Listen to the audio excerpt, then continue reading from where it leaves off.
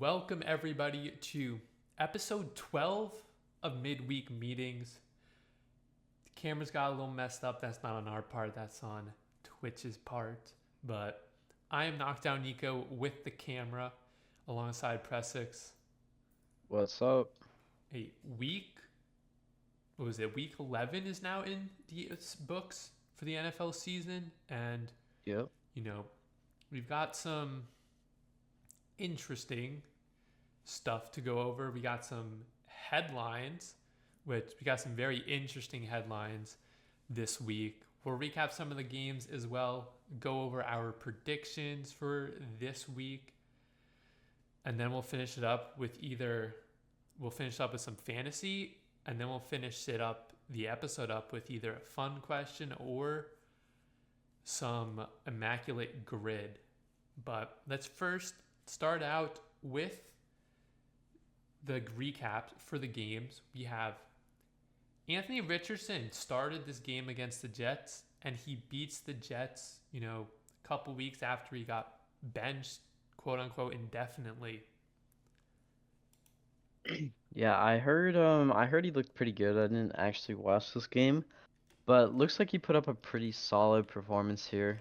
It's a good sign for the Colts. I don't expect them to make the playoffs still this year, but good sign for their future. It looks like he's definitely developing, and he still has that big play potential, which is exciting. And it's kind of what they drafted him for. So if he can find some more consistency in his game, then the Colts will definitely be a contender further down the road. Yeah. I mean, I picked the Jets to win this game because I thought Flacco was going to play. Flacco did not play. We'll get into some Jets headlines later on in this episode, especially a very big one. But, I mean, look, he outplayed Aaron Rodgers. Didn't complete as many passes, but threw more pass attempts. He threw for more yards, threw more yards per pass. And, you also have, like you said, his running ability. He only ran for 32 yards on 10 carries, so not too much, but he came in clutch at the end with that rushing touchdown. He had 2 rushing touchdowns this game, actually. And yeah, I mean, I was kind of going on, like I said, Joe Flacco. I thought he was going to play this game, but, they benched him, Richardson, for a couple of games. They didn't see what they liked out of Joe Flacco. His, 1-2 game magic kind of wore off. So they're back with Anthony Richardson. We'll see how it goes, because Anthony Richardson, he can look like the top quarterback in the league, but he can also look like, he really needs to continue to learn. But from the Jets side, I mean, we'll get into it a little bit with our headline of them firing their GM, but this team is just, it's a mess. They're not good. They're not good offensively. They're not good defensively. And I mean, they're not getting a playoff spot. They're not getting a wild card spot even after that. So we'll have to see what they do in the offseason, the New York Jets. Our next game we're going to recap is there are no undefeated teams as the Kansas City Chiefs lose. Thank goodness, bro. I was waiting for someone to take him down. And I'm so glad that someone finally did. Although I did see the last time the Bills beat the Chiefs actually won the Super Bowl. But we're not going to highlight that part of the loss. I think the Chiefs finally took an L. Felt good to watch. And maybe they catch a few more down the road. They feel like kind of a mediocre team to be at such a great record in the NFL. So I'm hoping to see some more losses for the Chiefs. Um, you know, hoping maybe they only win 1 or 2 more games this season, come down to earth. This team kind of reminds me, I don't know if you remember, but a couple of years ago, the Steelers, I believe, started 10-0, I believe. And then Yes. I think they finished the season at 11-4 or something like that, 11-5. So I kind of get vibes of this Chiefs team, kind of similar to that Steelers team back in the day. Um, and I hope it's the same result because I'm tired of seeing Kansas City win. I mean, yeah. I mean, I think I think a lot of people had the Chiefs winning this game, but I mean, they played in Buffalo. Josh Allen played good. He had an interception, but Mahomes, he just keeps throwing interceptions. Like it seems like almost every game he's been throwing interceptions. I think he's second in the league with the most interceptions thrown behind Jordan Love, I want to say. But I mean, I was a little worried for this Chiefs team. I'm not gonna lie, from a kicking standpoint, when Harrison Butker went down. But you know, the like DeAndre Hopkins has not been what I think everyone expected him to be. I think everyone thought DeAndre Hopkins was going to be, come in there and make a huge, huge impact in that offense. And so far, it hasn't looked super, impactful. I don't know if that's because of, Mahomes or the chemistry or, the offense just isn't to where it is. But the Chiefs, yeah. I mean, there's a chance the Chiefs, they lose a couple games. I'm going to be honest. I don't think they lose to the Panthers or the Raiders. But the Chargers, the Texans, the Steelers, the Broncos, I think those are games that they can lose. They'll be getting Pacheco back, I think, as well, which will help out this offense. But, we may be at the end of this season where the Kansas City Chiefs and the Buffalo Bills are tied for their record, and the Bills will get that tiebreaker because they beat the Chiefs this game. And that's going to be huge. And I don't think any team wants to face Buffalo if Buffalo somehow is a 2 seed, or I highly doubt they'll be a 3 seed. But, a 2 seed, I don't think any team wants to play Buffalo with the way they're looking. They're looking good. They're clicking on all, levels of offense. Even if Amari Cooper isn't super impactful, even without Keon Coleman, they're still going good. Josh Allen can take over. The defense has been looking pretty solid as well. So, no undefeated teams this year. Tom Brady still beats Mahomes in that category. Our last game we're going to recap is we have had back-to-back weeks with a game-winning kick blocked. Last week it was the Chiefs blocking the kick against the Broncos. This week it was the Chicago Bears being the Chicago Bears. They lose to Green Bay. Hey, what can I say? Bears are gonna bear. Bears haven't beat the Packers in 11 straight games, the longest streak in NFL history between two teams and the longest in their rivalry. And the Packers haven't blocked a field goal, get this, in 85 years. So it's actually an insane thing for the Packers. I saw an interview with the special teams coach, Rich Bisaccia, and he basically said he expected a blocked kick in this game, just based on the way Cairo Santos has been kicking the ball.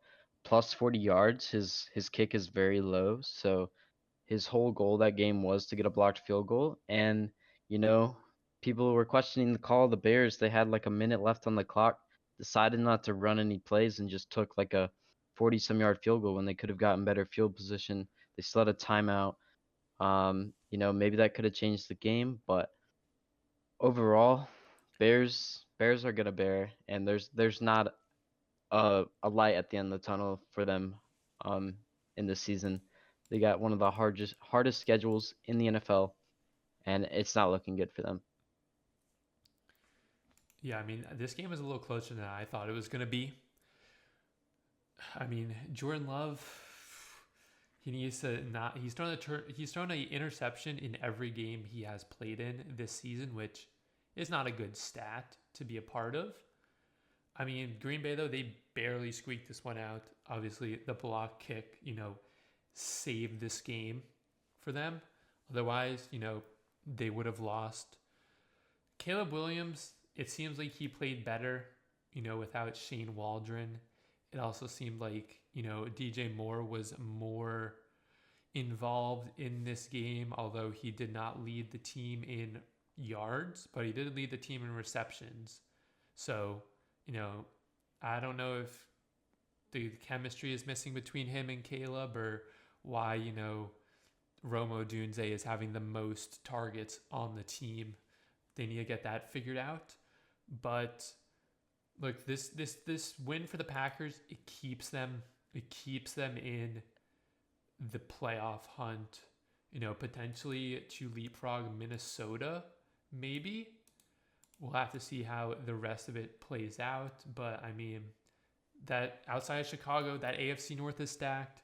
Detroit with 1 loss, Minnesota with 2 losses, Green Bay with 3 losses, and yeah, I mean, the NFC North, Green Bay would be the 6th seed as of right now. So I think they would need a almost catastrophic, end to the season for them to not get a playoff berth.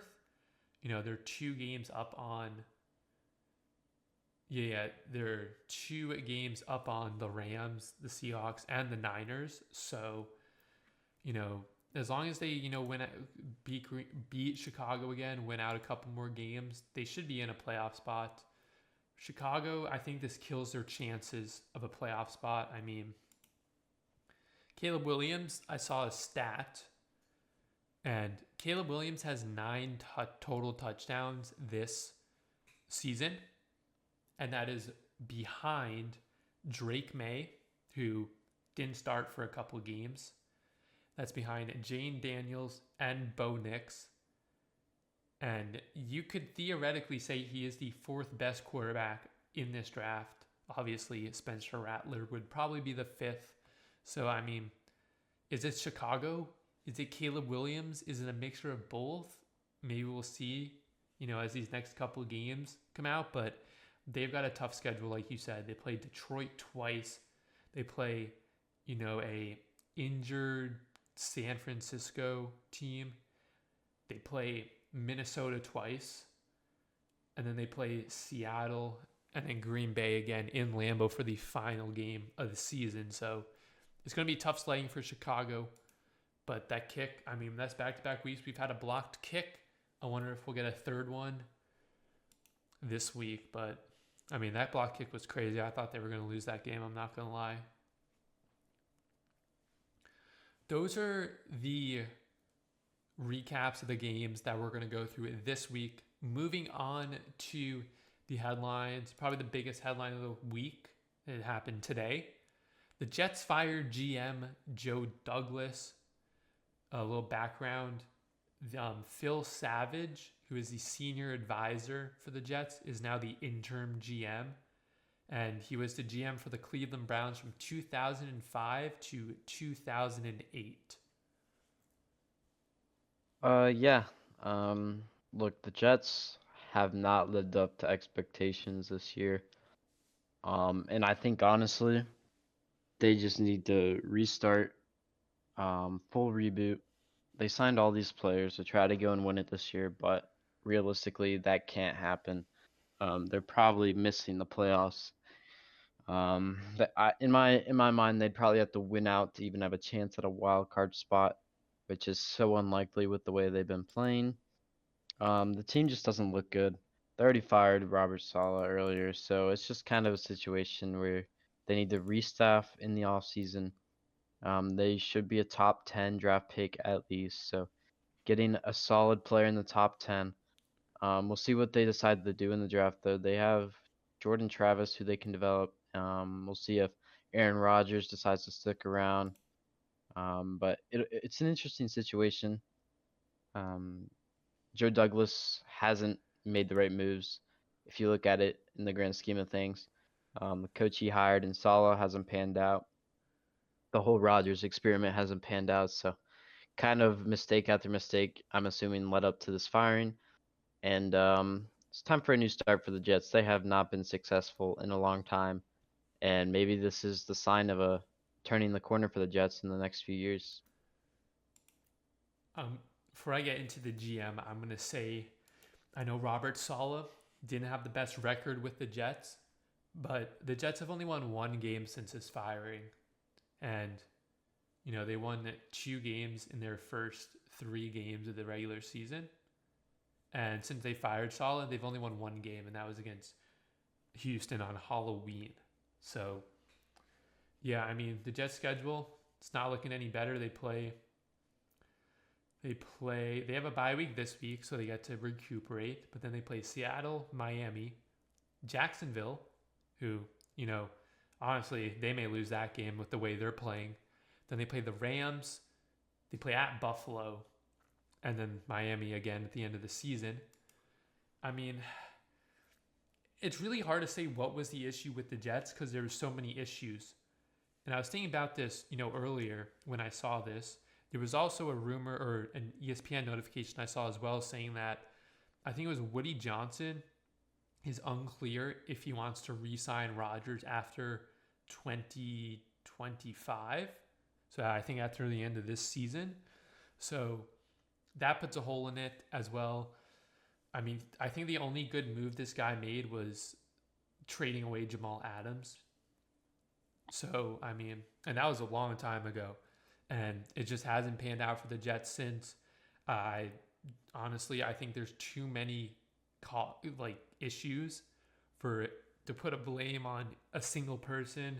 I think part of this too was you bring in Aaron Rodgers, and I think part of it's Aaron Rodgers' fault as well. Part of it's not Aaron Rodgers' fault as well. But you bring in Aaron Rodgers last year, he gets hurt with a pretty significant injury to come back from, and he just hasn't looked the same what he did before that injury. And he's like, I don't know, close to 40 years old, I think. So he's definitely on the back end of his career, if not, maybe one or two more seasons left in his career. So, I mean, the Jets, like you said, they need a full reset. They're probably going to get as long as they don't win too many more games, they're probably going to get a top 10 draft pick. We'll have to see how they use it. And let's say they don't re-sign Aaron Rodgers or whatever, they cut him, whatever. I'm not sure if Devontae Adams stays or, I'm not sure what his contract status is, but I'm not sure he stays in New York. He requests for a trade or he tests free agency. And who knows, we'll get into this in our next topic, but I feel like the Jets would do something really dumb, and they wouldn't actually go draft a quarterback. They go hire Daniel Jones if he gets cut. There's been rumors that he might get cut at the end of the season, which leads into our next topic. Daniel Jones gets benched, and I'm a little confused on this. There's been some rumors as well. Brian Daboll, this is his last 7 games for the Giants as a head coach. There's been some rumors around that, but he is choosing to start Tommy DeVito over Drew Lock, and now Daniel Jones is a third-string quarterback. Yeah, this move it's a weird move. They paid Daniel Jones all that money after he won the playoff game a couple of years ago, and he has not looked like the same quarterback, rightfully so, because of that injury he had, pretty bad injury. But I don't know if this was the right move for morale in the Giants locker room, to be honest. Daniel Jones being QB1, basically being told that he's not going to play unless Tommy DeVito and Drew Lock get injured is kind of strange, especially when he's getting a ton of money. And I don't understand starting Tommy DeVito over Drew Lock either. It seems like it's kind of just like a popularity thing, honestly, since DeVito was there last year. In my opinion, Drew Lock is 10 times better than DeVito. So I'm not sure what the Giants are doing. This might just be a full out tank mode here for the Giants. They're looking at a number 1 pick, number 2 pick here, maybe. So, you know, I see the reason to tank. I don't know. I don't know. There's a lot of questions for the Giants here. What are they going to do in the offseason? I imagine they had to draft a QB, especially with the benching of Daniel Jones. It shows that they're done with him. They'll probably cut him after the year's over. So, yep. Giants also turning a new page. I feel like they're like one step ahead of the Jets right now. We'll see if Dable sticks around. I imagine he probably doesn't end up sticking around. Although I don't like pinning most of the Giants' failures on Dable. I don't think he's that terrible of a coach. I think he's been put in a bad situation overall, but that's not how the NFL works. He'll probably I don't think he'll end up re-signing um, with the Giants. But yeah, so Giants, both New York teams really are gonna have to start all over in the offseason here. And yeah, Giants definitely full tank mode. I can't find it, but I thought I saw somewhere if they cut Daniel Jones, I'm not sure what the exact terminology was. They're either getting rid of or saving like 22 million in cap space or something, or it's going to dead cap. I don't remember what the exact thing was, but it was like 22 million. Something's happening with like 22 million if they cut Daniel Jones. Like I like the Daniel Jones benching. I'm not gonna lie. I think when they re-signed him, everybody had the question mark of, you know, why would you re-sign Daniel Jones and why for that much money? I'm confused on why they don't start Drew Lock. I mean, we saw last year when Gino got hurt, you know, Drew Lock was able to come back and win that game against, I think it was Philadelphia, late in that fourth quarter. He's proven that, he can play. I do think he's better than Daniel Jones. I do think he deserves another shot to be a starting quarterback. So I don't know about this Tommy DeVito, starting. He had like what, one or two good games, I think, and then it kind of tanked after that. So, I mean, we'll have to see how it goes. Maybe it turns into something like that. He gets a couple games, and then if he's not doing too good, maybe then they put Drew Lock in. I really don't know. I'm kind of confused on that. I think it has something to do with these rumors as well, with Brian Dable supposedly not returning at the end of the season. So, yeah, I mean, this whole situation's weird. Daniel Jones essentially goes from being the starting quarterback to not playing at all. But who knows? Maybe this will help the Giants offense. I don't think Tommy DeVito, though, is the right quarterback, at least right now. And I mean, I guess they go ahead and draft a quarterback at the end of the season or in the draft. And it really makes you look back on that. I think it was Hard Knocks episode where the Giants GM, I think you got to put some blame on this, on the Giants GM, where, he's asking his son, who do you think we should draft? And the kid's like, trade up for Jane Daniels. And he completely ignores his son. Look at what Jane Daniels is doing. Like, imagine if Jane Daniels was on the New York Giants. They may not have Malik Neighbors, but I mean, hey, I think they'd be in a lot better spot, with a potential franchise quarterback than, looking for another quarterback and hoping, it pans out on either like a Jalen Milroe or a Shador Sanders, who I'm not sure Shador Sanders is the best quarterback in that draft, but he'll probably get drafted high anyway. Right, moving on. The Cowboys, well, more importantly, Jerry Jones will not be firing Mike McCarthy. Um, yeah, Jerry Jones, he has a lot of problems, man. Um, People point to McCarthy, they go, "Oh, he won the Super Bowl with the Packers 2011." Well, if you look at that Packers team, that is arguably one of the most stacked teams ever to exist, especially in the 2010s period. That team was just absolutely stacked. Mike McCarthy didn't have to do much.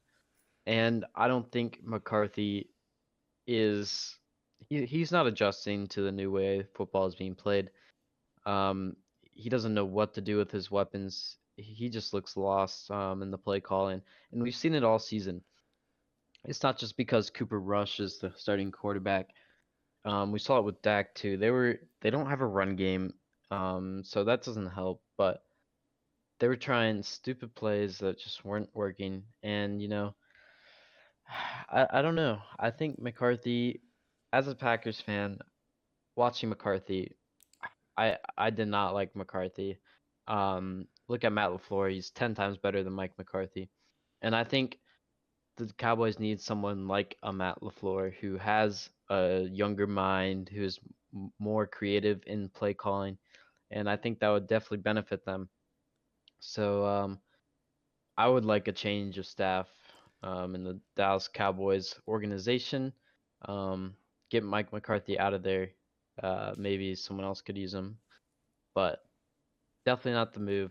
Cowboys need a new head coach. I'm going to read this straight off of ESPN. This is what Jerry Jones said after they lost to the Texans. And I quote, "We won one game in my first year. One. And so we have rough seasons, yes. Yeah, I've been around them. Certainly we have. We've had other tough years. But I mean, this Cowboys, like, dude, I think a lot of this issue revolves around Jerry Jones. Like, right? I mean, you can't prevent Dak Prescott from getting hurt. But imagine how much better of a position this team would have been in if they went out and spent the money on Derrick Henry, got Derrick Henry. Like, this team would have so much of a better identity because you have to worry about Derrick Henry, and then you have to worry about Dak Prescott on the play action to CeeDee Lamb. Like, this team would have so much of a better identity. The only and in this article as well, the only time Jerry Jones has made an in-season coaching change was in 2010 when he fired Wade Phillips with Jason Garrett. Oh, he were replacing Wade Phillips with Jason Garrett after a 1-7 start. They finished 12-4 last year. So I don't know what they're going to do with him. What Jerry Jones, I should say, is going to do with Mike McCarthy. Is he going to stay after this year? Maybe, maybe not. Is he going to draft? He needs to draft a running back. The Cowboys need a running back. They need to draft Ashton Genty. They need to draft Quinshon Junkins. They need to draft somebody, a big bruising running back. Otherwise, this team is not going to have a good next year. They also need to draft another wide receiver. But I mean, I think you can blame Mike McCarthy a lot as well. But I think as well you need to blame Jerry Jones for not doing anything. You know, oh, we're going to make moves in the offseason. They make like, 3 moves and they're like backup left tackles or some random position, and or the player doesn't like pan out because they're old, or just it just doesn't work out. But I think as well the Texans, they need, I mean, you traded for Trey Lance. Like, Cooper Rush hasn't looked good these first couple of games. I think maybe you give him one more game at max as a starter, Cooper Rush. If they don't beat the Commanders, maybe the Giants as well. I think the last, 4 or 5 games of the season, you give it to Trey Lance, see what he can do. See what, show what ability he can do. He wasn't used in San Francisco. He gets traded over here. He's not used. He's a third string. See what he can do if Cooper Rush isn't, panning out. They have 3 wins on the season. They're not going to, make a playoff run. They're looking at potentially maybe a high top 10 or a low, like 11, 12, 13 overall pick.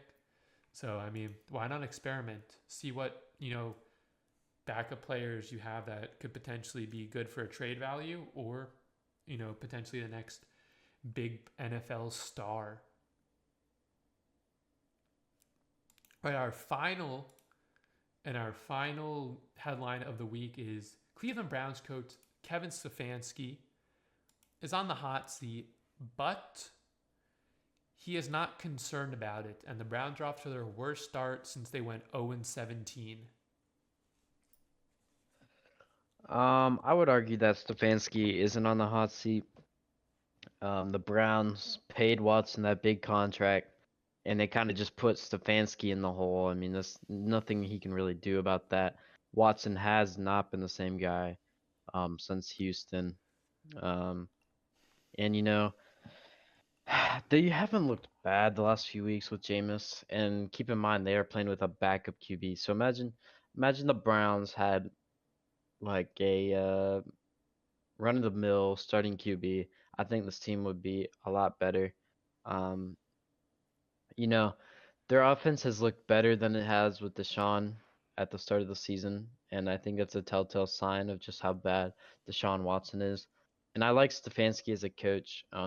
He's kind of turned this Browns organization around and made them competitive teams the last couple of years, winning records, which Browns fans are not used to. So um, I don't think Stefanski should really be on the hot seat, in my opinion.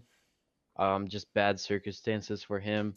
And this season, it's kind of a wash season for the Browns. They need to get rid of Watson. They need to just move on from the Watson experiment. And I say you have to give Stefanski at least another year, give him some better weapons to play with, and yeah, go for next year.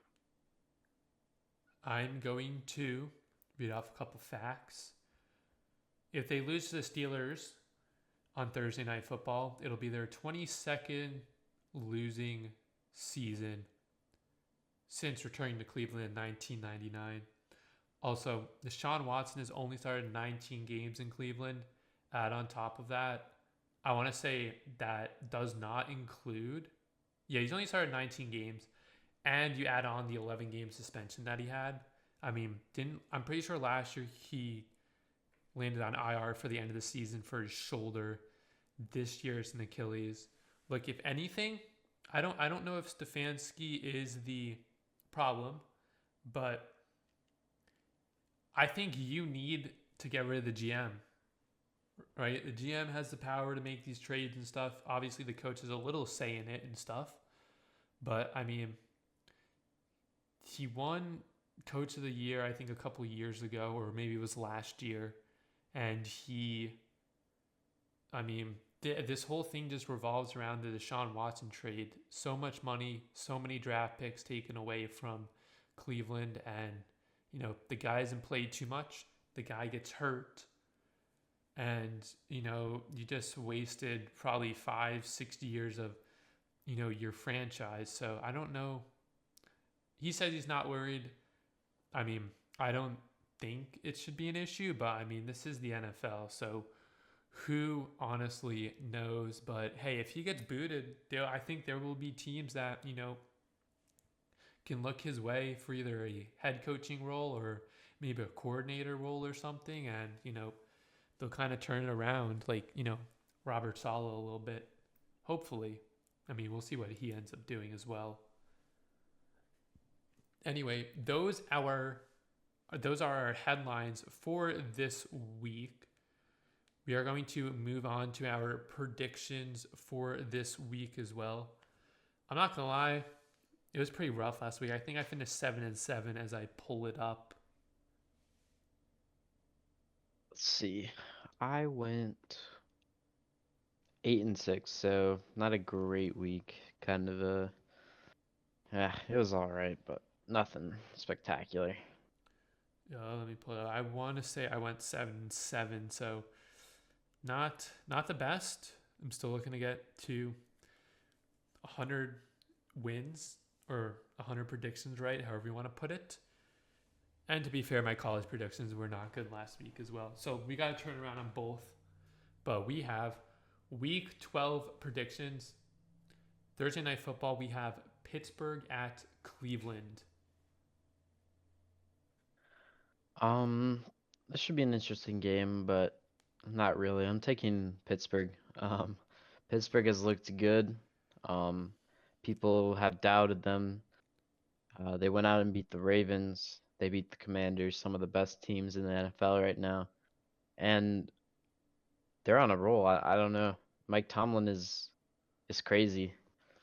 Somehow the Steelers are winning every year, and Russ looks good. They didn't even score a field goal, or they didn't even score a touchdown last week, I think, on offense, and they won that game. So against the Ravens, which is crazy. So, give me the Steelers here. Browns kind of in the doghouse. Not a great team this year, and Steelers should dominate this game. Steelers defense has been playing great, and they should be able to handle Jameis Winston. I predict 2 picks for the Pittsburgh Steelers defense this week. I'm taking the Pittsburgh Steelers. I mean, this is the Steelers. They held Baltimore to 16 points. And you are correct. They won this game without scoring a touchdown. Russ still had, he only had 205 yards, but he's been playing good. Justin Fields played good when he was in. I think he did have a fumble though, Justin Fields, if I'm not mistaken. So, I mean, besides that, no, he didn't have a fumble. Maybe it was a fourth down he didn't convert. But, I mean, this defense has been looking really good for Cleveland. This offense has been looking really good for Cleveland.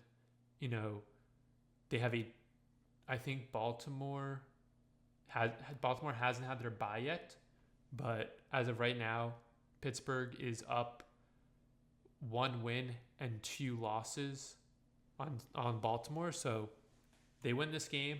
They're looking good for the potential to win the AFC East, or I'm sorry, the AFC North, which I don't think a lot of people were expecting.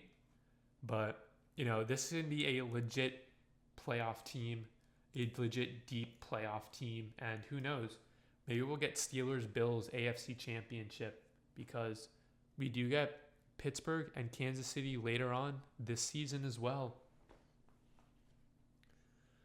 Our next game is Minnesota at Chicago. NFC North divisional matchup. I'm taking the Minnesota Vikings. Look, at the end of the day, the Bears still suck. I mean, this is the same old Bears. Bears fans really thought Caleb Williams and Keenan Allen were going to save their franchise. Well, news alert, they are not saving your franchise. You have Eberflus as the head coach. He's terrible. Can't make the right decisions. So, Bears are still the Chicago Bears. Nothing has changed about them. And the Minnesota Vikings are just a better football team. Give me the Minnesota Vikings. I am taking the Vikings as well. This is going to be a rough stretch for Chicago.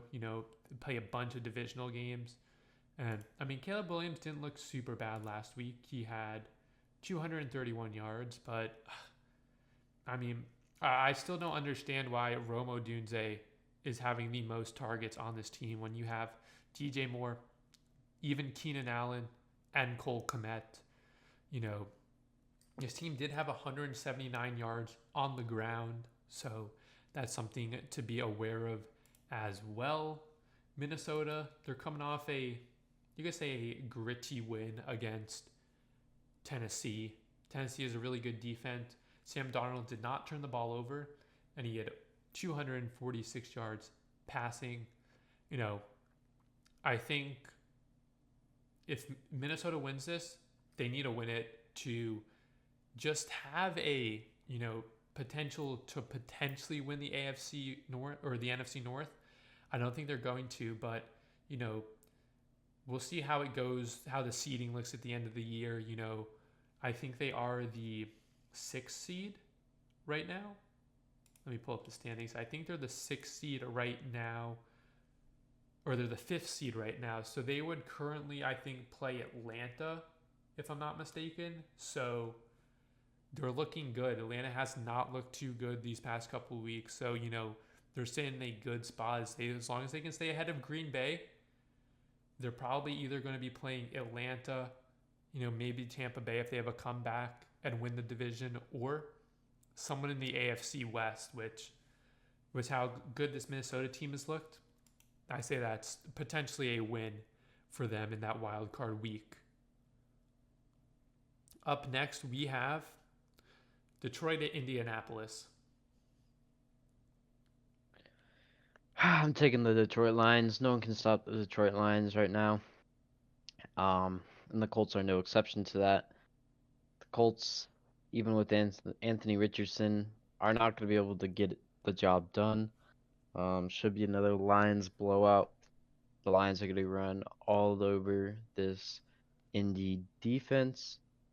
I don't think it'll be as big as a blowout as the games against Jacksonville and Tennessee have been for the Lions, but it'll still be a pretty big blowout in my opinion. Give me the Detroit Lions. I'm taking Detroit. This Colts team, prone to giving up big plays, although it didn't really happen against the Jets, but that's the Jets. I mean, Jared Goff last week, over 400 yards, I'm pretty sure. Yeah, let me pull it up actually. I mean, they put 50 on Jacksonville. Obviously, the Colts aren't as bad as Jacksonville, but yeah, Jared Goff over 400 yards. Amon St. Brown over 150 yards. Amon St. Brown also is rated this week as the number one wide receiver this week, I think, as well. So, I mean, you know, I'm not saying it's going to be 52-6 blowout, but hey, Anthony Richardson throws a couple interceptions with the way this team has been playing. I mean, they had almost 200 yards on the ground along with almost 450 passing yards. So this team, a couple of mistakes by the Colts, a couple turnovers by the Colts. This game is going to be over very quickly. Probably going to be a blowout, and Detroit all the way. I don't see how you can vote against Detroit. Up next, we have New England at Miami. This should be a good game.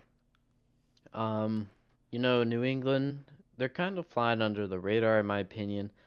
Drake May has been playing pretty good, as we pointed out. He has more touchdown passes than Caleb Williams, and he has started like half the time. So Drake May, he's been a pretty solid QB up there in New England, but I don't think they're gonna have the weapons to compete against Miami. Give me the Miami Dolphins.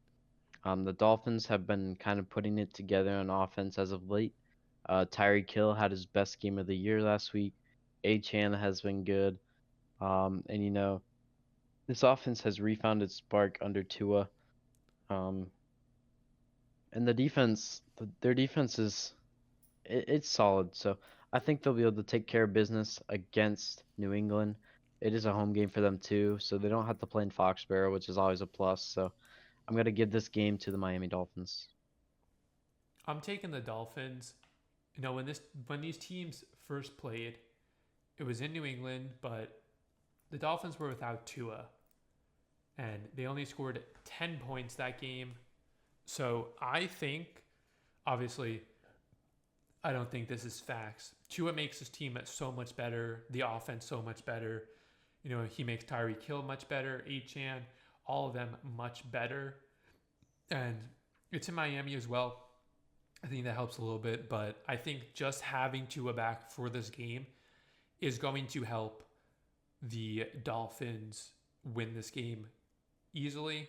I wouldn't say super easily. I think it's still going to be a close game, but Tua back is going to elevate this offense, and it's going to be enough for them to win this game. Drake May has looked pretty solid, but he's had a couple costly interceptions at the end of some games he started, so it may come down to that as well. And this Dolphins defense, they've been pretty decent these past couple of, games as well this season. So yeah, I'm taking Miami.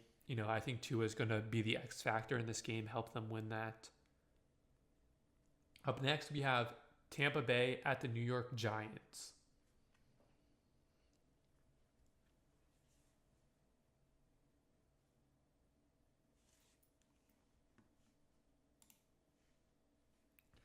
I am going to take Tampa Bay. Giants, Tommy DeVito. They're not gonna be able to get it done. And the Bucks are coming off their bye week. I'm not sure if Mike Evans is gonna play. The original thought was that he was going to play after the bye week, so we might see a Mike Evans return, which will help spark this Bucks offense a little bit. Who really has not struggled that much in the absence of Mike Evans and Godwin, so this will just be an extra boost to their team. And yeah, I think the Bucks should run away with this game. The Tommy DeVito experiment has been long done. Should have been ended last year. Um, I don't want to sound the hater. Tommy DeVito seems like a nice guy, but not going to be able to get it done against the Bucks. I'm taking the Bucks. Yeah, Mike Evans, as of right now, or this report, said he was spotted on the field Monday during a portion of the Bucks practice that was open to the media. So I think it might be 50-50 on if he plays. They also designated cornerback Jamel Dean to return to practice from injury reserve, so that's good for the secondary for the Bucks. but they're coming off a bye week. Look, even if Mike Evans doesn't play, Baker's been cooking as well, and he's going to find Kate Otten. Kate Otten's been that number one guy since Godwin and Mike Evans have been out, and Tommy DeVito, I just don't think is it. Even Drew Lock this game might not even be it if he were to play, but especially with Tommy DeVito, it's not going to be good. All we can hope for, at least me, is Tyrone Tracy to have a good game, and that is that. Up next, we have Dallas at Washington. I'm going to take the Washington Commanders for obvious reasons. Dallas, they're the bottom of the barrel right now. Cooper Rush will not be able to get it done. Jaden Daniels has looked good. Commanders' offense has looked good. They also looked good on defense, so they got the full package going on over there in Washington. And I think it should be a blowout, kind of like what we saw what Houston did against Dallas. I think the Commanders will be able to replicate it and should be a win for the Commanders. I'm taking the Commanders. Cowboys have lost 5 straight. The past 2 games without Dak Prescott, they've scored a combined 16 points, and they've given up 34 points both games.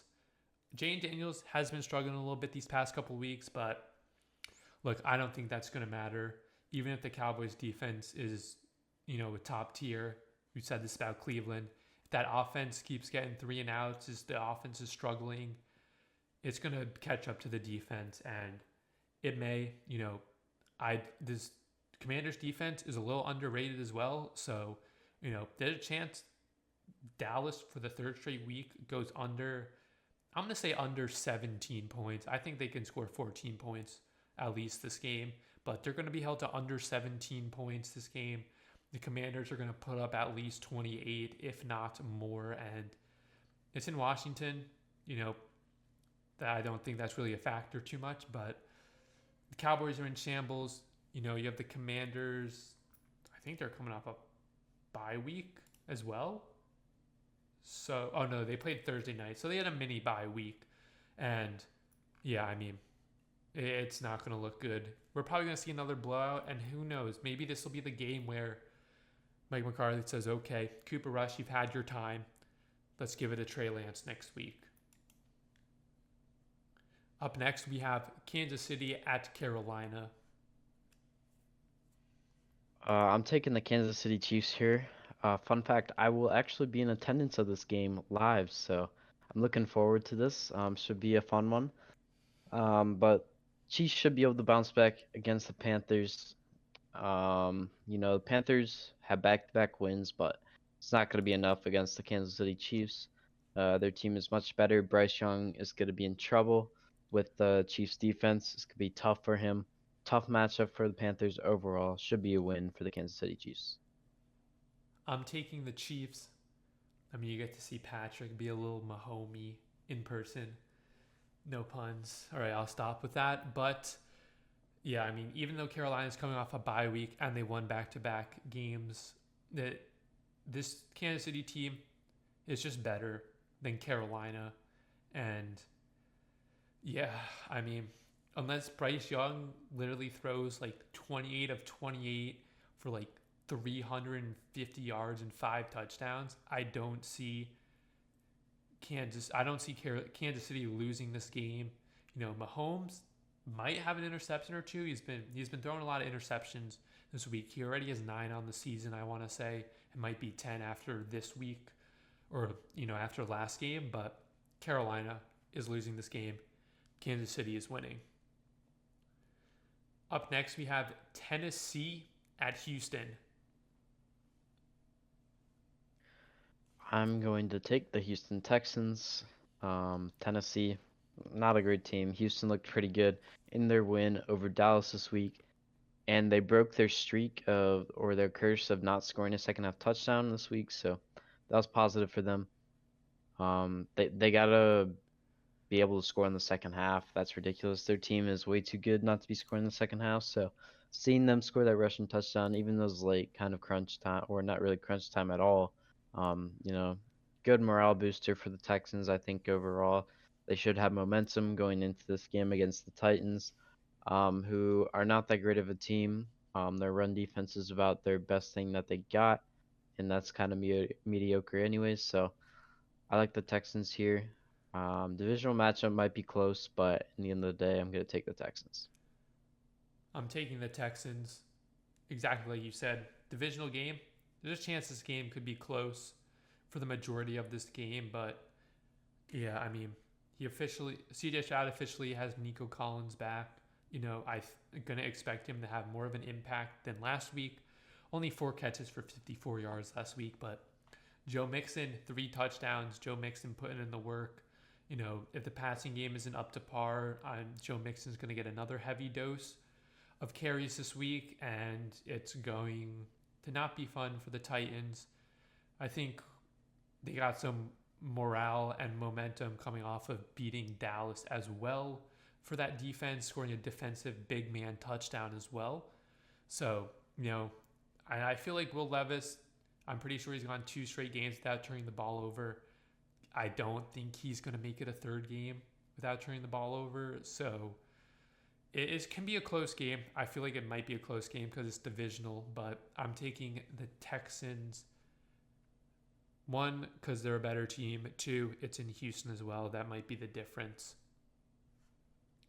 Up next, we have Denver at Las Vegas. I'm taking the Denver Broncos. I'm so excited about the way the Broncos have been playing recently. Bo Nix has been pretty good. Their run game has been pretty good, and their defense is playing lights out. Um, they completely blew out the Falcons last week, and they're gonna do the same to the Raiders here. Shouldn't even be a competition. Um, you know, Raiders have a lot of questions they need to address in the offseason. Is Antonio Pierce the answer? What are they gonna do on offensive side of the ball? Um, you know, just a complete struggle bus in Las Vegas. They're falling apart, so I'm gonna take the Denver Broncos. I am taking the Denver Broncos. Vegas has one of one of the, if not the worst offense in the NFL. I mean, this whole offense is literally Brock Bowers. So, literally all the Broncos have had one of the best defenses in football since week 6, I want to say. So, you know, outside of outside of that game against Baltimore where they gave up 41 points, they haven't the most points they've given up this season outside of that one game was week 1 to Seattle. So this defense has been on a tear. I think it continues this week. Even though it's in Vegas, I don't think that makes too much of a difference. They completely shut down the Falcons, who are a much better offensive team. And the Raiders, I mean, outside of Brock Bowers, this team is not too exciting. I mean, Brock Bowers had 13 catches for 126 yards. So you get rid of Brock Bowers, you lose essentially half your offense. So, yeah, that's pretty much that. Up next, we have. Oh, let me pull it up again. We have San Francisco at Green Bay. This should be a fun one. I'm looking forward to this game. It's at Lambeau. Packers got that big win against the Bears on that last second blocked field goal, and I'm going with the Green Bay Packers. Um, you know, San Francisco is kind of banged up right now. Brock Purdy is day to day right now with right shoulder soreness, so that's probably, even if he does play, that's probably just gonna be a factor in his game that might affect him. And I think, Green Bay didn't have the prettiest game against Chicago, but at the end of the day, they got the win. Um, they found a way to win. They've won their last 3 games in one score game, in one score games. So they're finding ways to win.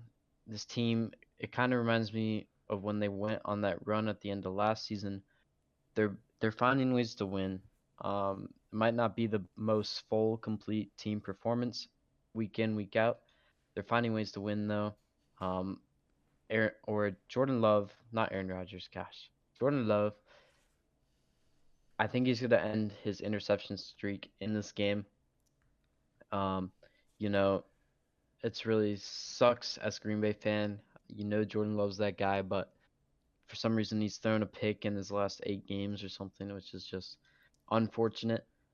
But I think the Packers are gonna lean heavily on Josh Jacobs. We saw it last week in Chicago.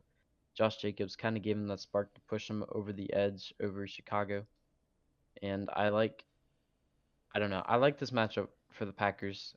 I think they're the better team on both sides of the ball as of right now with the injuries on the San Francisco squad. So I'm gonna take the Green Bay Packers.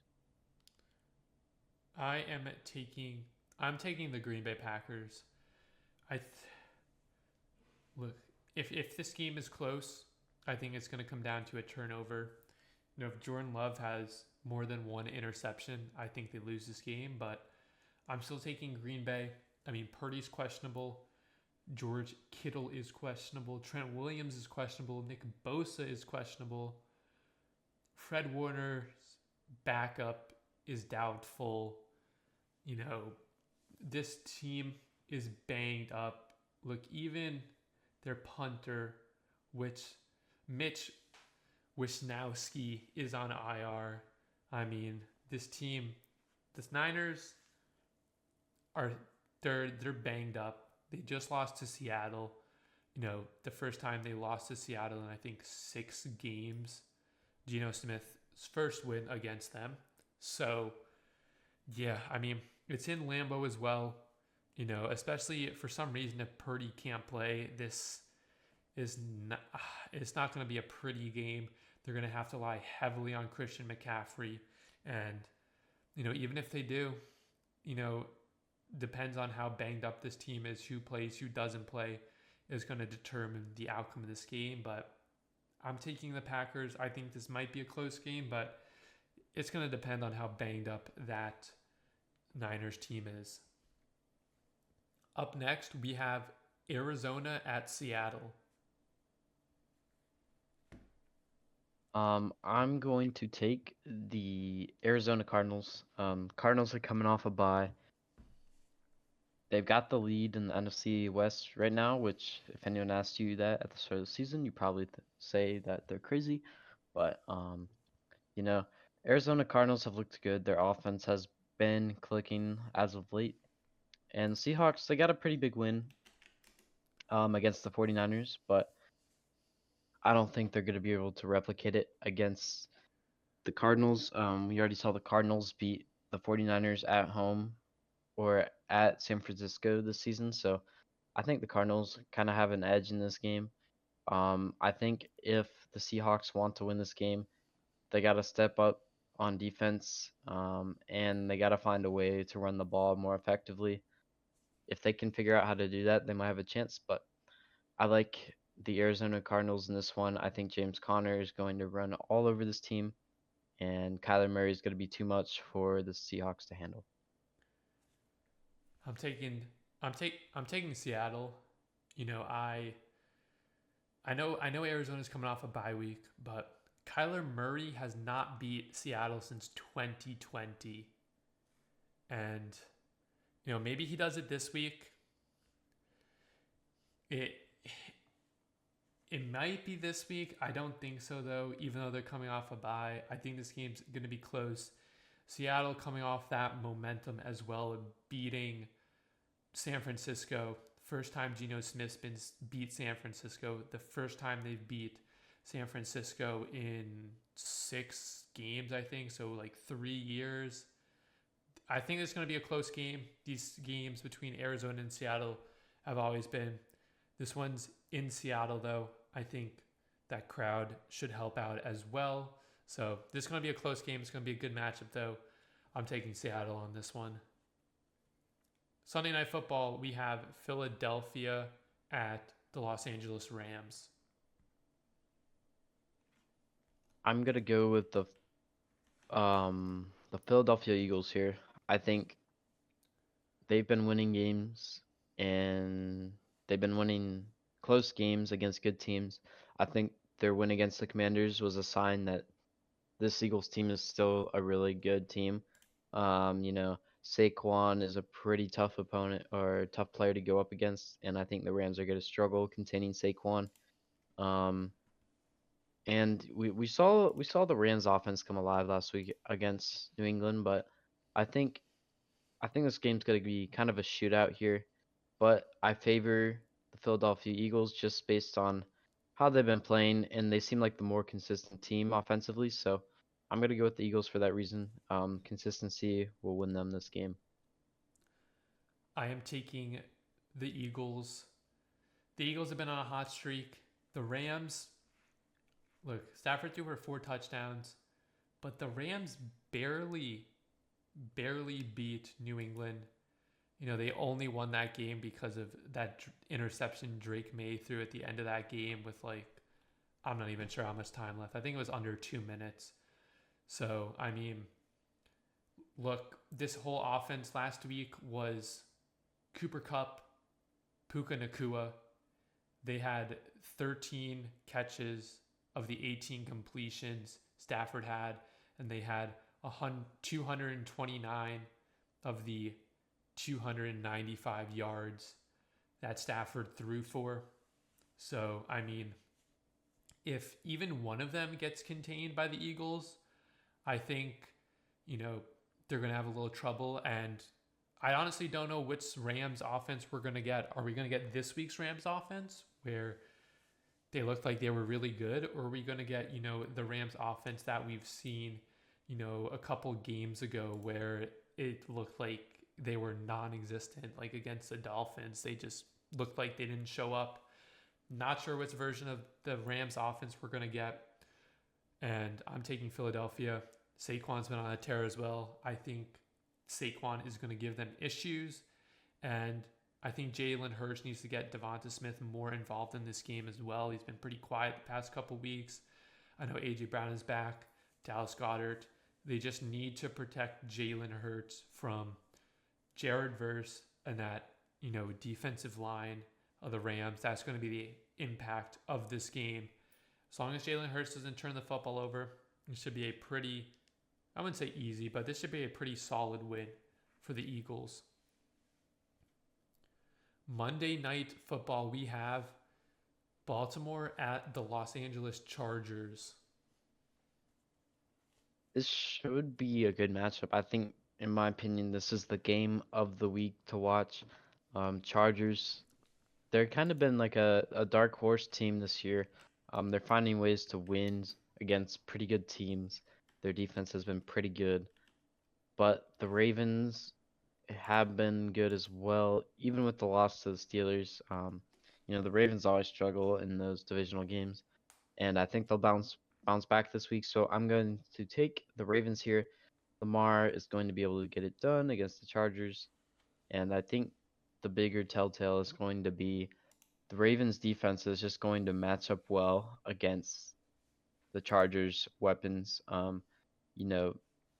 The wide receivers for the Chargers are still very unproven in my opinion, so I think it'll be good matchups on that side of the ball, and I think the Ravens are going to be able to take this game. Let me see. I'm taking the Chargers. The Ravens are coming off a division loss against Pittsburgh.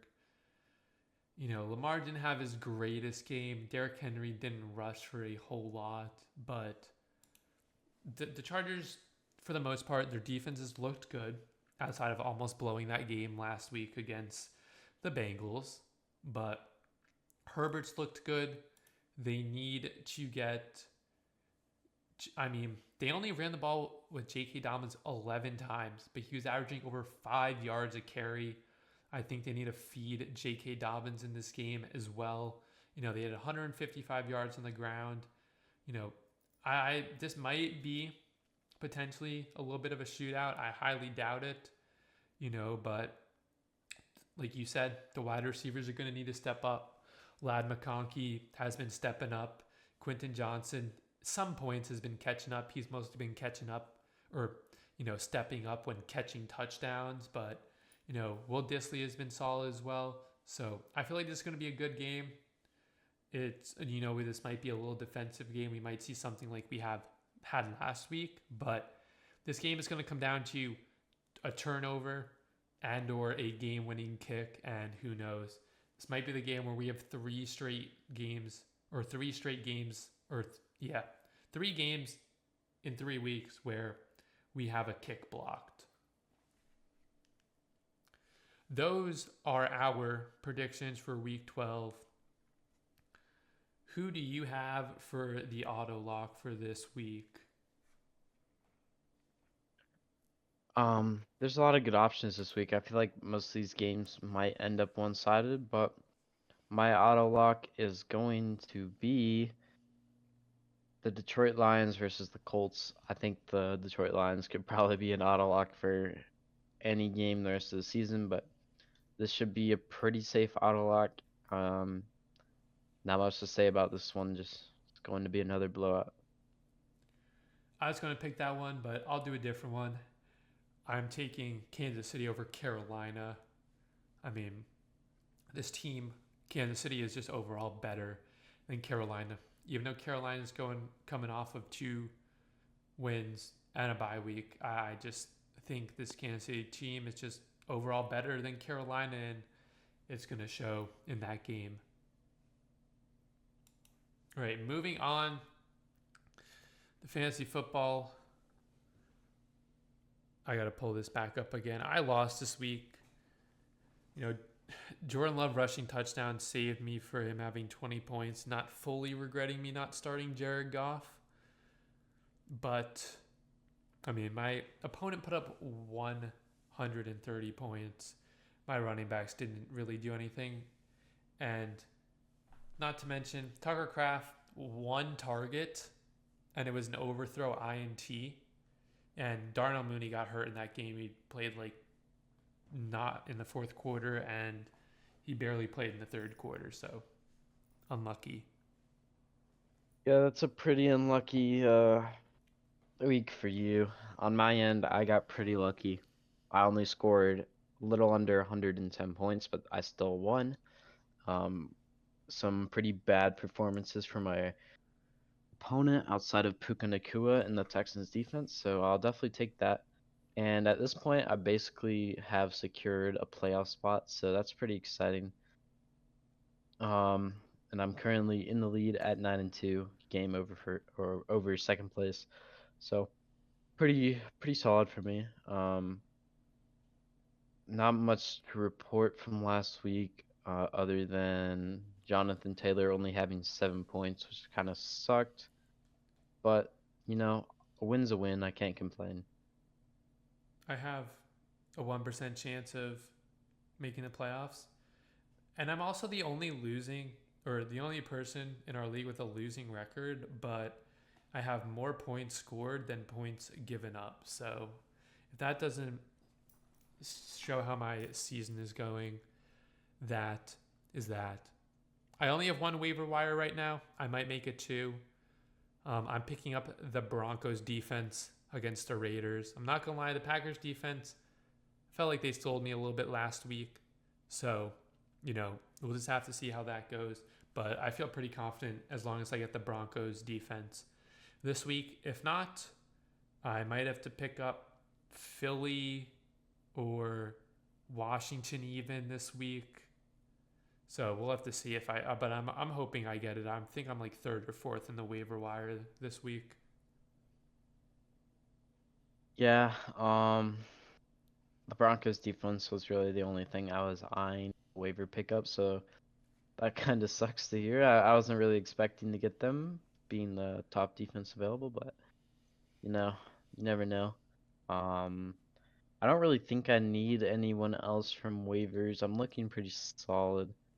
I currently have 2 kickers rostered, because I had Austin Siebert and I wanted to keep him, so I sat him down and put the Commanders backup in. So we'll see what happens there. If Sievert plays, I might go ahead and drop the other Washington kicker and just pick up another roster player. Um, yeah, my roster's looking pretty solid overall. Cortland Sutton has been consistent the last couple weeks, which is huge for me. He's really filled into that wide receiver 2 role very well for me. It's very solid. So yeah, I don't have much interest in waivers this week. Um, just looking, the only really good options available, Kincaid is available right now, somehow. He's on a bye. I Um, think he's on a bye this week, though. yeah, so that might be a good stash for anyone who needs a tight end, but I'm good on a tight end. The only thing I might do, maybe I add Christian Watson instead of the Washington kicker, just so I have another skilled player on my roster. But no really league-changing moves from me this week. Um, Looking ahead to my matchup for this week of fantasy, I'm currently projected 120 points, and I'm projected to win. But my opponent has Josh Allen on a bye and has not switched him out, so we'll see what happens. But I like my team. I'm feeling pretty confident about this week. You're looking at. I will say I added on Sunday. I added C.J. McLaughlin, so I'm gonna get rid of Jason Sanders, and partially because I figured they would score a lot of points against the Raiders. Partially because this Bucks offense, no matter who they played, they've consistently been putting up points. So I feel like he's more of a safe kicker than Jason Sanders.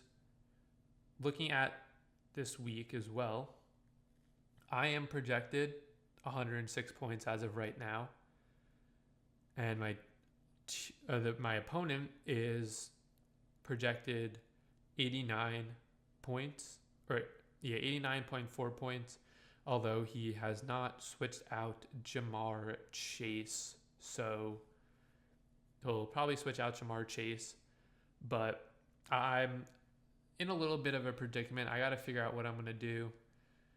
I feel confident everywhere but my flex.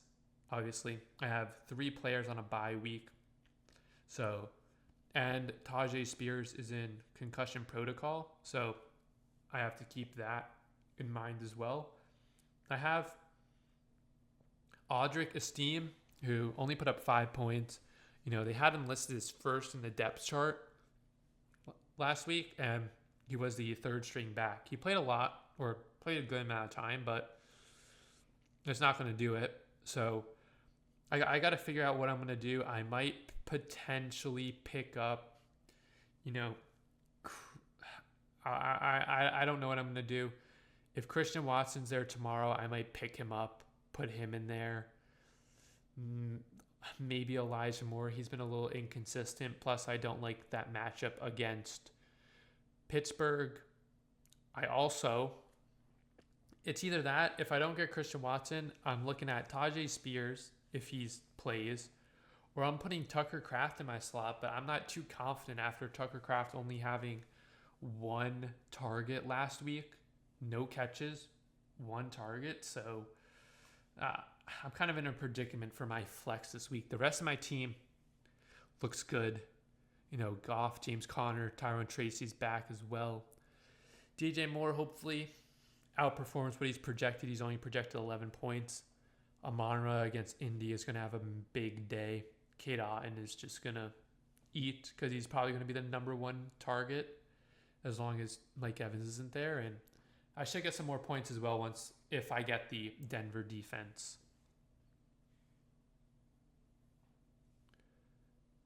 That is Yeah, I was I didn't really have much to say, but yeah, I don't the only thing kind of up in the air for me is my flex spot. I got currently Bucky Irving in the flex, put up like 17 points last time I played him, so that's solid. But I have Devontae Smith on the bench. He hasn't been performing as of late, but tempting to put him in there just because of his skill set and what I know he's capable of. So we'll see if anything develops there, but I'm think I'm probably gonna stick with my current lineup. It's looking pretty solid, so yeah. Yeah, I'll have to see what my opponent does as well, because, like I said, he has Jamar on a bye week, but he's also got, as I look, I mean, he's got Jordan Addison is probably his best bet to replace for Jamar. He also has Kyler Murray on the bench as well, so he might switch Kyler out for Caleb Williams. But the rest of his lineup, I mean, solid, I would say. Except his defense. He's got Indy against Detroit, which is not good. I'm assuming he's going to try to get the Denver defense, but he's not going to because he's second in the league. So he'll have to find another defense. That is it for fantasy.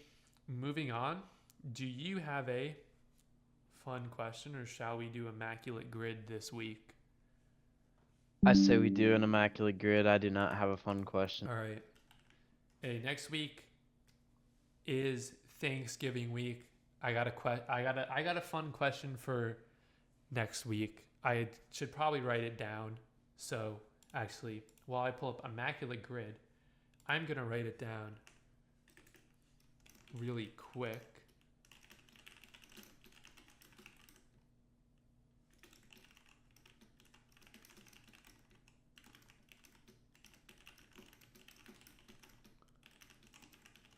So we will have a fun question next week. All right, let me pull this up, and then let me pull up this, share my screen, this, share. Okay.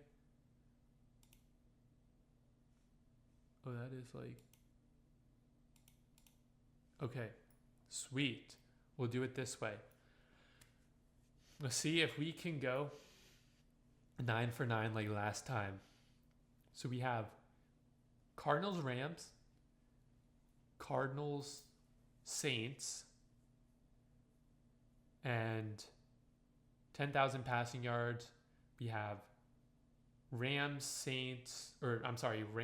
Panthers, Saints Panthers, Bears Rams, and then Bears Saints. The first one that kind of pops out to me that I feel like might fly under the radar is Equanimous St. Brown, who has played for the Bears and the Saints. All right, we'll do that. His first name's kind of weird, so you might want to just type St. Brown. This one, Yes, Equanimous that St. one. Brown, 4%. There you go. I have two. Now, we can store these because these might be a little high. Arizona and New Orleans, I want to say Adrian Peterson played for both of them. I know he played for Arizona. And then Okay, he's definitely on the Saints, I think so. And then New Orleans or Carolina and New Orleans. Didn't Andy Dalton play one season on the Saints? He did. So could do those Another two. one that is possible, Carolina and Rams, thinking Baker. That's Baker, also a possibility that there. could work. That might be a high one, but we can use that if need be. For Bears, 10,000 passing yards. That's kind of tricky. I think Jay Cutler hit that. I'm not sure what other Bear quarterback hit that or has hit that. Maybe Trubisky. He had one good year. I feel like Cutler's I don't know. kind of safe. Cutler's probably the safest option. Let's go Jay Cutler then. That's pretty high. But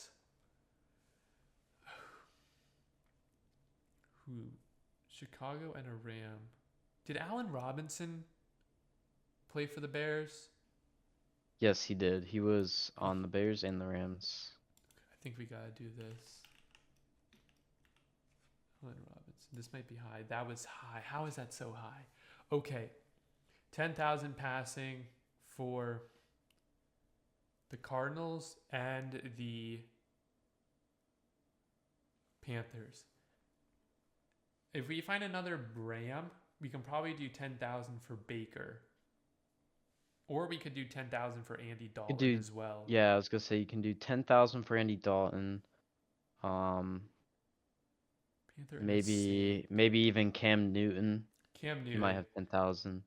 Yeah, Cam Newton might work if we can't think of someone else because we could use Andy Dalton for Panthers, Saints, and then Baker for Panthers, Rams. Actually, let's just do that. Cam Newton. That was Dalton. 38. And then Baker. So then we just have to figure out who else. So I think this one's Adrian Peterson. We can say this one for last if need be. I'm almost certain though he played for both those teams. 10,000 passing. We could do Carson Palmer. Yeah, that's who I was thinking. I think Kyler's hit Maybe 10,000. Kurt Warner. Kurt Warner I'm not definitely sure if he hit hit it. that. There's no way he didn't. How many years did he play? Kurt Warner played for from 98 to 2009. He 100% hit that. So you could go Kurt Yeah, so Warner Kurt Warner would probably work. or the first guy we just said. I forgot his name. Carson Palmer. Which one do we want to go? Yeah. I don't know which one. Both would are be probably going to be lower. pretty high. Yeah. I don't know, whichever one you Let's want, do doesn't Kurt matter. Warner. 16. Oh, okay. We'll Lower take than it. we thought. Okay. I think David Johnson for Cardinals and Saints. He might be kind of, I know he played for both these teams, and I think he'd probably be lower than Adrian Peterson. Oh, Cardinals No, Saints. for Cardinals. Jeez, don't mess it up. He's probably gonna be lower than This Adrian one, Peterson. the 2015 to 2022. Yeah, it had to be because he Good. didn't play Yeah, from yeah, 2009. yeah. No, he's not that old. 3%, good one. So we just now need a Cardinal and a Ram. Now this could be a St. Louis Ram as well, a Cleveland Ram. I don't know anyone who played on the Cleveland Ram.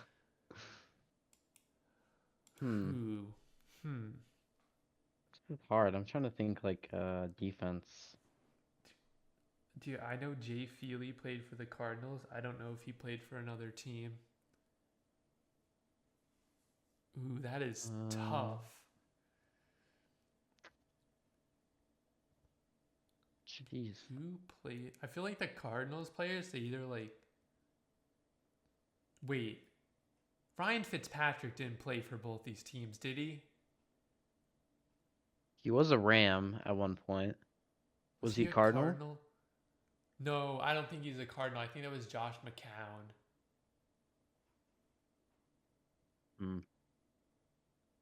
I think that was Josh McCown. No, yeah, Fitzpatrick played when they were in St. Louis. So I don't think Yeah, I know he that. played Arizona. I don't think he played Arizona. Yeah, I think you're right. I don't think he played Arizona. Was it McCown? It wasn't Josh Johnson. It wasn't Tyrod Taylor. It's not Josh Dobbs. What about running backs?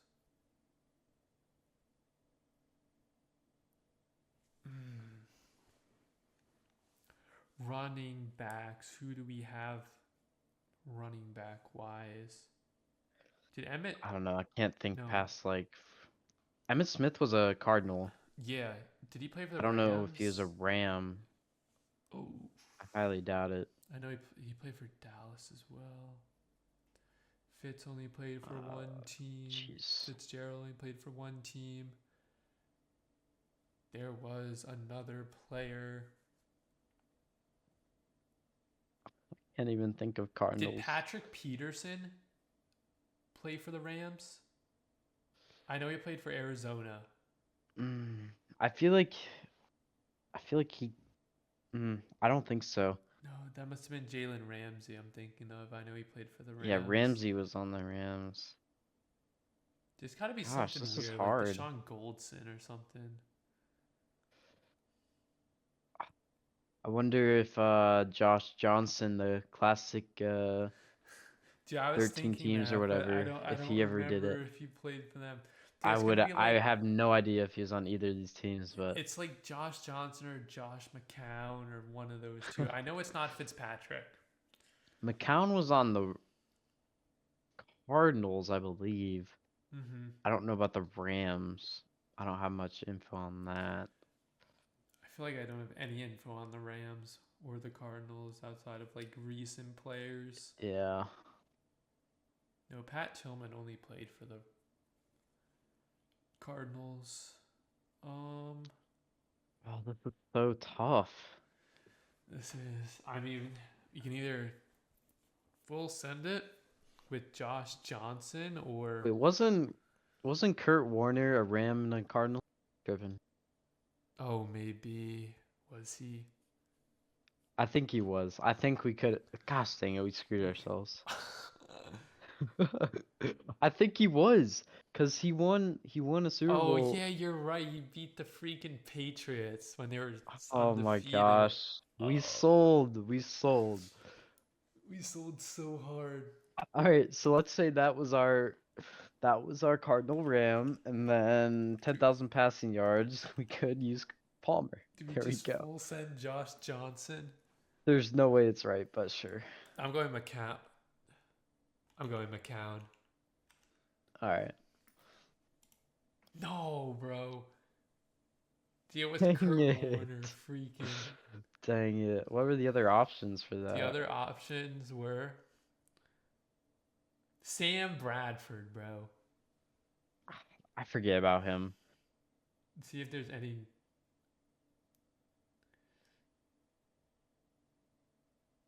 Kurt Warner. It's a bunch of people I've never heard of because they're just like way before my time. Sam Bradford, we went over. Dude, who are some of these people? Bob Griffin, Art Hauser. This guy played in 1954, bro. Oh yeah, Night Train Lane, bro. Oh my god. I never would have Forgot guessed about that. that guy. I know he played for Detroit, I'm pretty sure.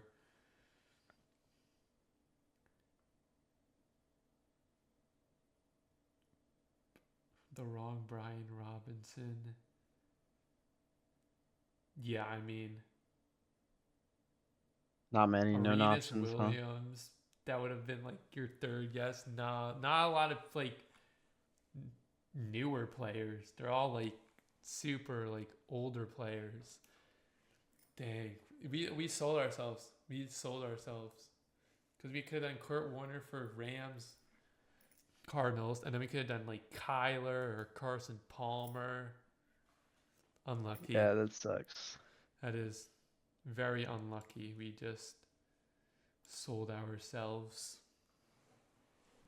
That, however, we are going to wrap up this episode of Midweek Meetings like that.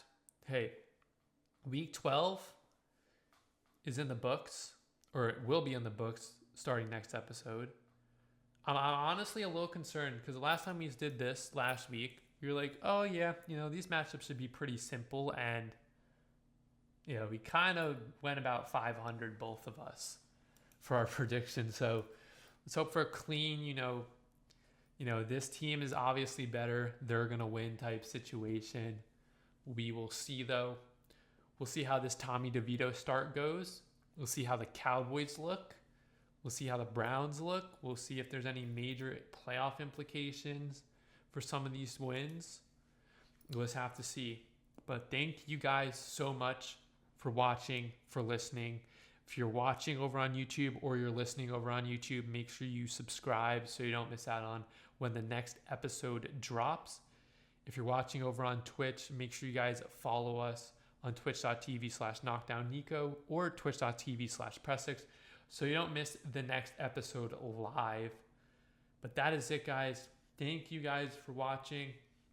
We see you guys at the end of week 12 for week 13, Thanksgiving week, Black Friday game. We should be rolling into some Saturday games within the next couple weeks as well. We're getting into the holiday season. We're getting into prime, make or break playoff runs, wild card runs for teams. But until then, we will see you guys in the next episode. See ya.